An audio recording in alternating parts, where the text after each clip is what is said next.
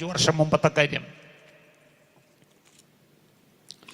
എന്റെ ദാസനായ കാലേബോ അവന് വേറൊരു സ്വഭാവമുള്ളത് കൊണ്ട്, എന്നെ പൂർണ്ണമായി അനുസരിച്ചത് കൊണ്ടും അവൻ പോയിരുന്ന ദേശത്തേക്ക്. ആരാ ദൈവത്തോട് പറ്റിയിരിക്കുന്നേ? പൂർണ്ണമായി അനുസരിക്കുന്നവരാ.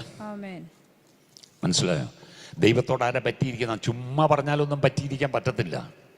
പൂർണ്ണമായി അനുസരിക്കുന്നവരാണ് ദൈവത്തോട് പറ്റിയിരിക്കുന്നത്. അവർക്ക് എന്തുണ്ടെന്നറിയാമോ? വേറൊരു സ്വഭാവമുണ്ട്. വേറൊരു സ്വഭാവം. ഇരുളും വെളിച്ചവും പോലെ വ്യത്യാസമാവട്ടോ.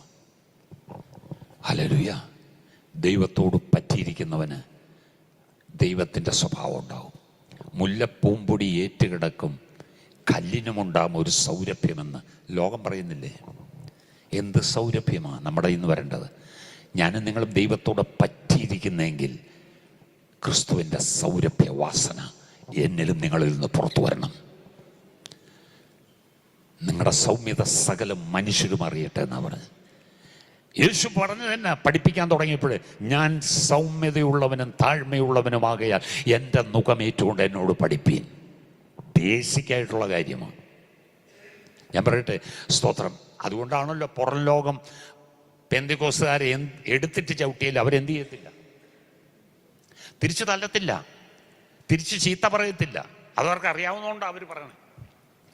സ്തോത്രം. മീഡിയകളിൽ കൂടെ ഇല്ലാത്തതൊക്കെ പ്രചരിപ്പിക്കുന്നത് എന്തുകൊണ്ടാണ്? തിരിച്ച് ചീത്ത പറയാനും അവനിട്ട് പാര വയ്ക്കാനും പോകത്തില്ല. നമുക്ക് ആ സ്വഭാവം ഇല്ല. നമുക്കെന്താണ്? വേറൊരു സ്വഭാവം. വേറൊരു സ്വഭാവം. ഈ അലിഗേഷൻസ് ഒന്നും നമ്മുടെ ജീവിതത്തിൽ ഇല്ലാത്തതായിരിക്കാം, പക്ഷെ ഇതിനോടൊന്നും നമുക്കതിനൊന്നും സമയമില്ല. Please God.